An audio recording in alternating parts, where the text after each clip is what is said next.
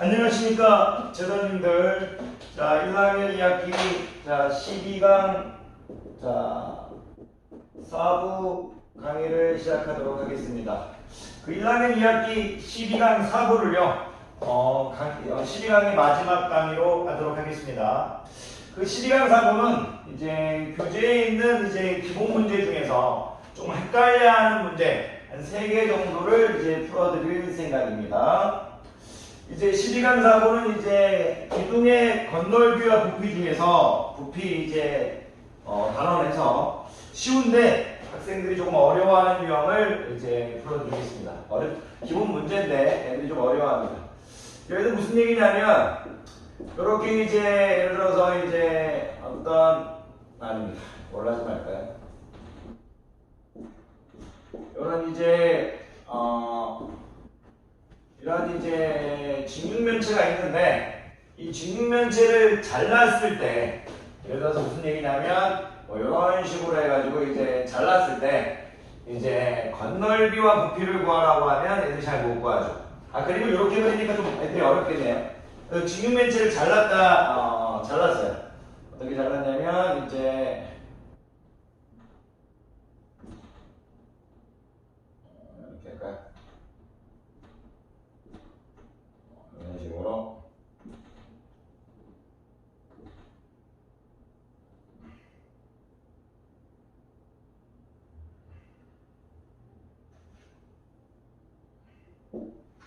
이런 식으로 되어 있을 때 직육면체를 이제 이쪽으로 이렇게 잘랐습니다. 잘랐을 때 이런 걸 이제 점선을 또 안 그렸네요.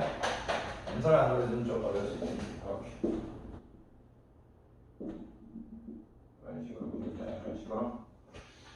이런 식으로 이제 그렸을 때 잠깐만요. 된 것 같습니다.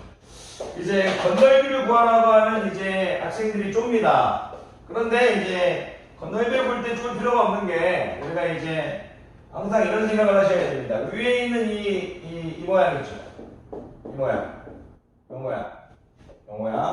야이가 이제 위에만 있는 게 아니고 밑에도 있으니까 야이의 이제 넓이를 구한 다음에 곱하기 2를 하면 된다고 일단 생각하시면 됩니다.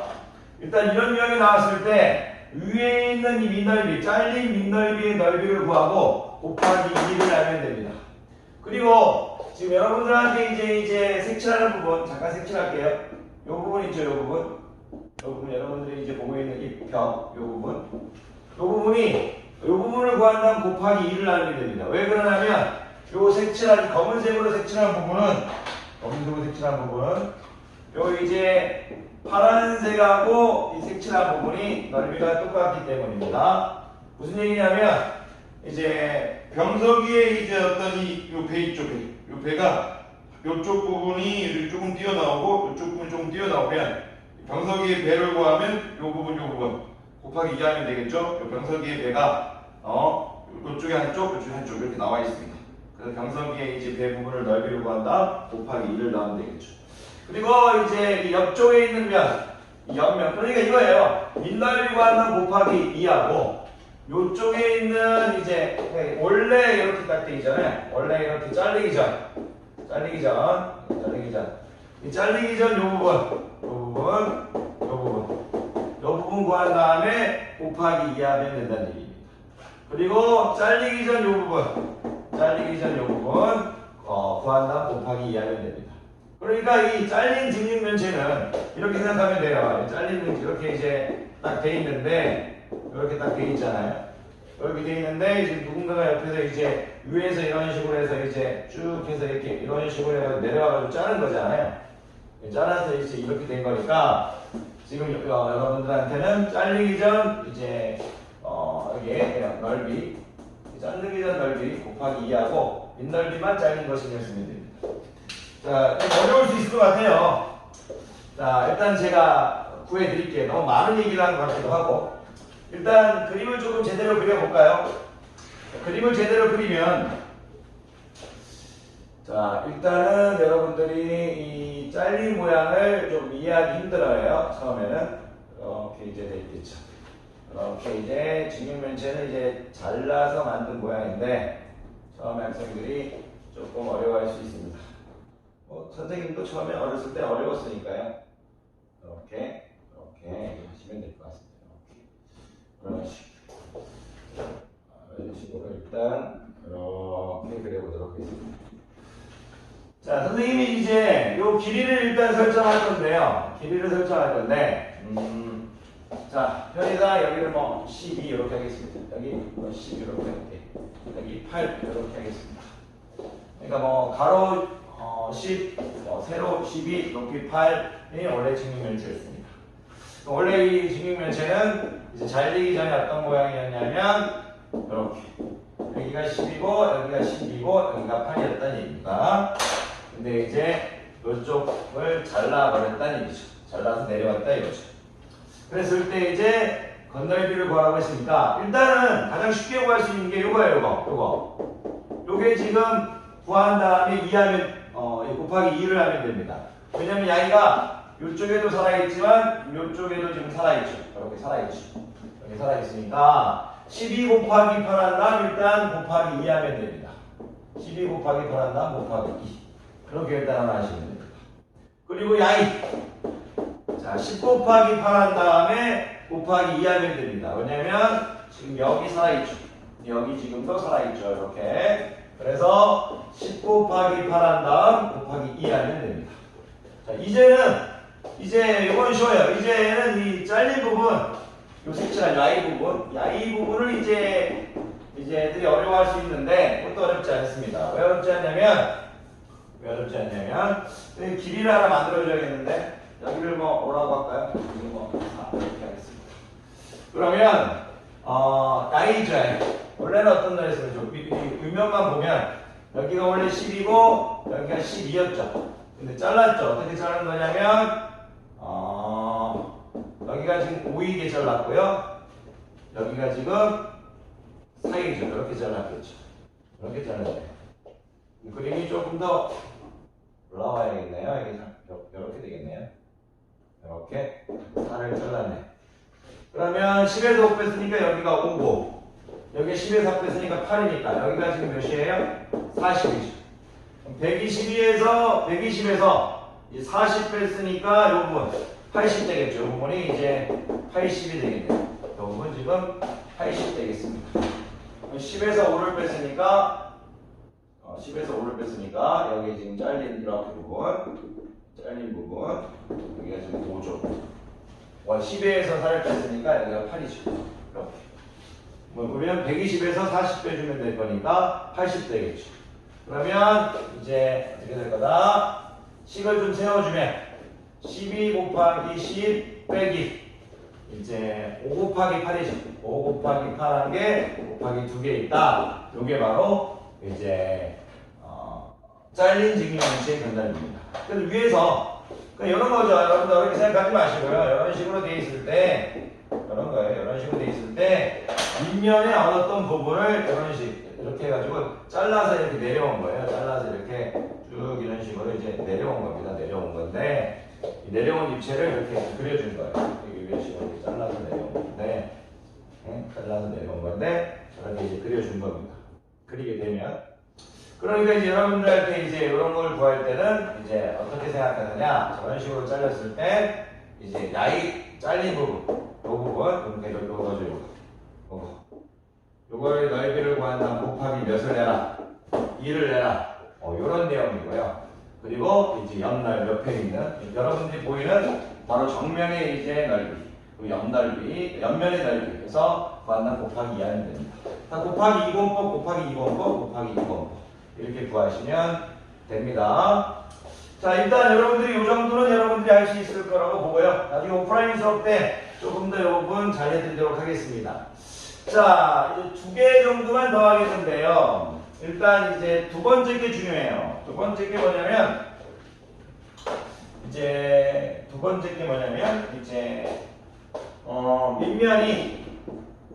밑면이 이제 부채꼴인 이제 밑면이 부채꼴인 이제 기둥. 자, 기둥의 건널비 그런 걸 애들이 좀 잘 못하더라고요. 이제 밑면이 부채꼴인 기둥의 건널비를 애들이 잘 못해요. 이걸 왜 또 잘 못하냐면 초등학교 하나 만들어 볼게요. 그냥 부채꼴 하나 만듭시다. 이렇게 만드시고요. 그래서 이건 60도라고 할게요. 이렇게나 해서 이렇게 하겠습니다. 이렇게 이런 식으로 이렇게 해야 되나요? 이렇게 되나요? 이런 거에 이제 건널비를 구하라고 하면 잘 못하는데 자, 여기 6이라고 할까요? 여기 6이라고 하겠습니다. 여기 한 12 이렇게 하겠습니다. 10이든 뭐 상관없어요. 여러분의 교재를 맞춰주고 싶은데 맞을지 안 맞을지 모르겠네요.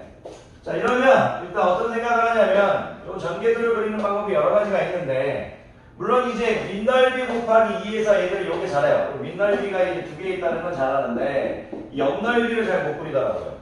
그래서 이때 옆넓이 이제 가장 기본적인 거 하나 보여드리면 점선으로만 그리거나 이제 그렇게는 안 할게요. 자, 선생님이 이제 요런 이제 스토리가 있었으면 좋아요. 요런 스토리. 이제 요런 스토리가 있으면 좋아요. 요런 스토리. 그렇게 이제 좀 그려줬으면 편하겠어요. 무슨 말이냐면 여기가 6이고 여기가 6이고 여기가 거의 맞물려 가고 있죠. 여기 길이가 지금 일로 와요. 이런 식으로. 일로. 여기 길이가 지금 일로 옵니다. 이런 거 좀 알고 있었으면 좋겠어요. 그러니까 지금 선생님은 이제 여기가 당연히 6이겠죠. 여기 길이 이제 60도인데 이제 각도 60도인데 느낌 오시죠? 무슨 말이냐면 밑넓이가 두 개 있으니까 밑넓이는 구하기 쉬워요. 왜 그러냐면 원의 넓이가 파이 r 제곱인데 각이 60도니까 이제 6분의 1 해주면 되죠. 360분의 60 해서.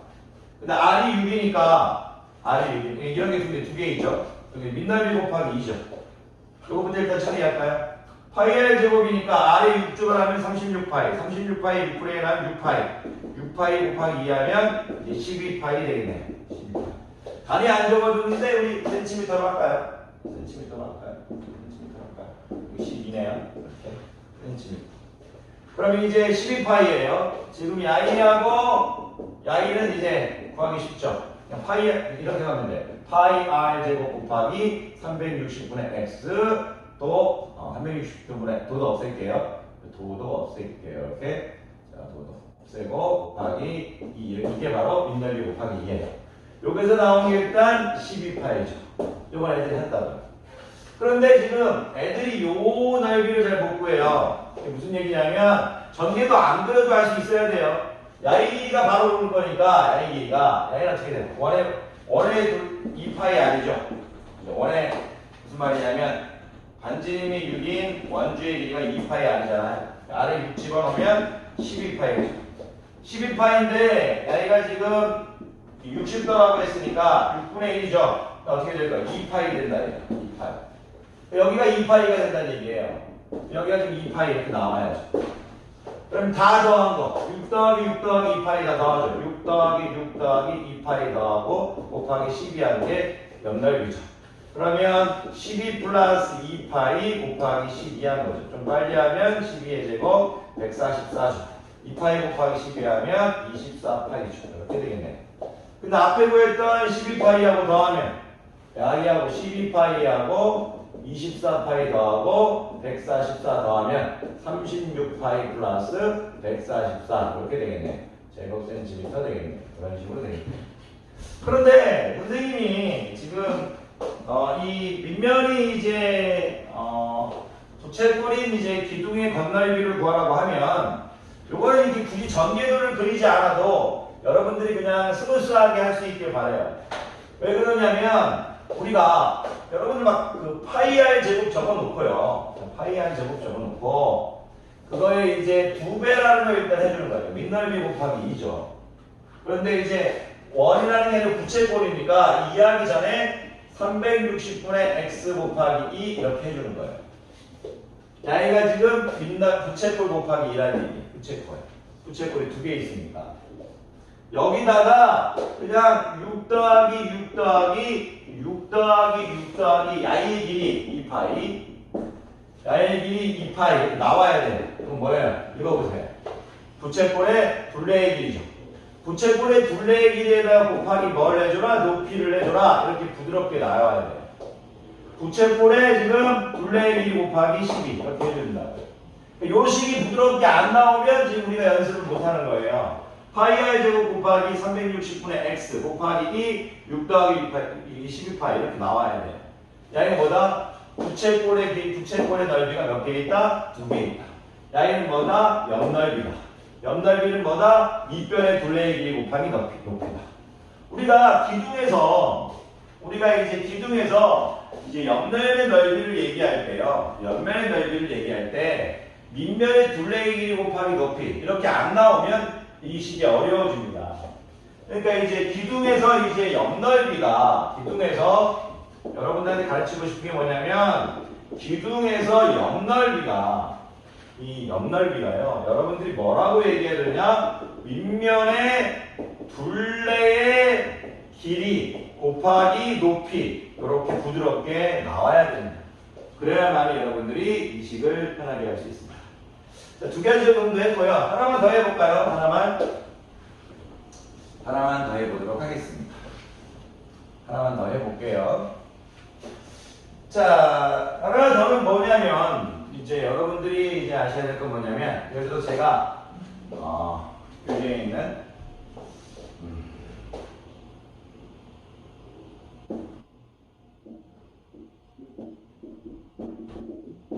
이런 우유팩이 있다고 칠게요.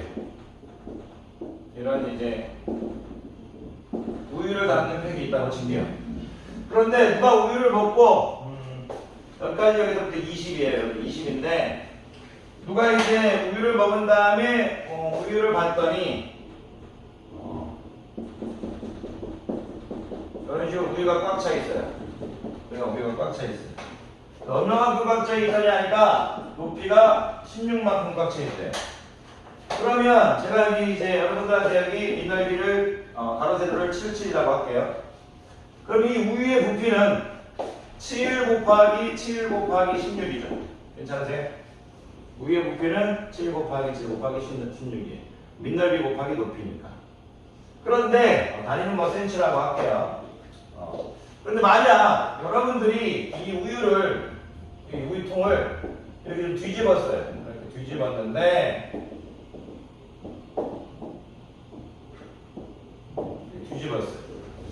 그랬는데 만약 이제 우유가 이렇게 지금 찼어요. 이렇게 지금 우유가 꽉 찼어요. 여기 이제 뭐라고 하죠? 뾰족한 부분, 여기 이제 뾰족한 부분까지 이제 우유가 다 들어갔어요. 그랬을 때 이제 이번엔 이제 여기서부터 이제 여기까지 이제 높이가 이제 뭐라고 할까요? 14라고 할까요? 이렇게 돼 있다고 칠게요. 14라고 돼 있죠.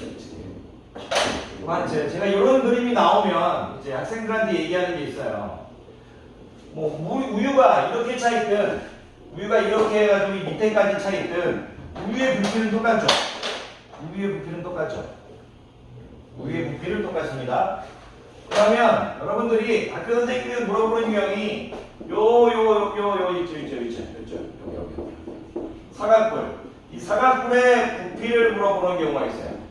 사각뿔의 부피를 물어본다고요. 사각뿔의 부피. 그럼 어떻게 식을 내보냐면 이런 유형에서 사각뿔의 부피를 넣는 유형이에요. 선생님이 수학을 잘해서가 아니고 유명해서 그런 형태를 알아요. 그러면 이제 어떻게 되냐면 여기 있을 때 부피 7 곱하기 16이 여기서 이제 여기 있는 우유의 부피나 여기 있는 우유나 부피랑 똑같잖아요. 7 곱하기 16의 부피가 여기 지금 이 꼬다리 여기 부피 사각뿔 부피를 빼고 7 곱하기 14만큼 쳐져 있죠. 그리고 사다리 꼴의 부피를 선생님이 x라고 놓게 이런 식으로 식을 세워주면 돼요. 지금 무슨 말이냐? 7 곱하기 16인데 7 곱하기 14죠. 얼마만 돈 준 거예요? 계산할 필요가 없다 이거예요. 7 곱하기 2만큼 줄어든 거죠. 그래서 부피가 98 세제곱센티미터가 된다 이거예요. 즉 하고 싶은 얘기는 이런 우유의 모양에서 이 부분 위에 있는 이제 우유를 따먹는 부분, 이 부분 우유에 이제 이 따먹는 이 사각뿔 모양의 이제 부피를 구하라고 하면 야이를 뒤집은 다음에 이제 감소된 부분을 보는 거예요. 여기가 이제 16이죠. 여기가 14죠. 이만큼 작아졌죠. 이만큼 작아진 부분이 1로 들어갔다는 얘기예요. 작아진 부분. 선생님은 이걸 보자. 16, 14인데 저기 부분은 이렇게 7 곱하기 7 곱하기 이만큼이 1로 들어갔다. 이렇게 선생님이 바로 나올 수 있습니다. 자, 오늘요 그냥 이제 오프라인 수업에서 풀어줄 거니까 그래도 혹시 먼저 공부하는 학생들이 있을까봐 선생님이 이제 기본 문제 한 3개 정도 이제 풀어드렸습니다. 이 정도 풀고요. 나중에 오프라인 수업 때 이제 조금 더 자세히 설명해서 영상에 올릴 수 있으면 올리도록 하겠습니다. 가게 되느라 고생이 많으셨고요. 중간고사 준비 잘해서 우리 좋은 결과 얻읍시다. 항상 노력해주신 여러분 감사합니다.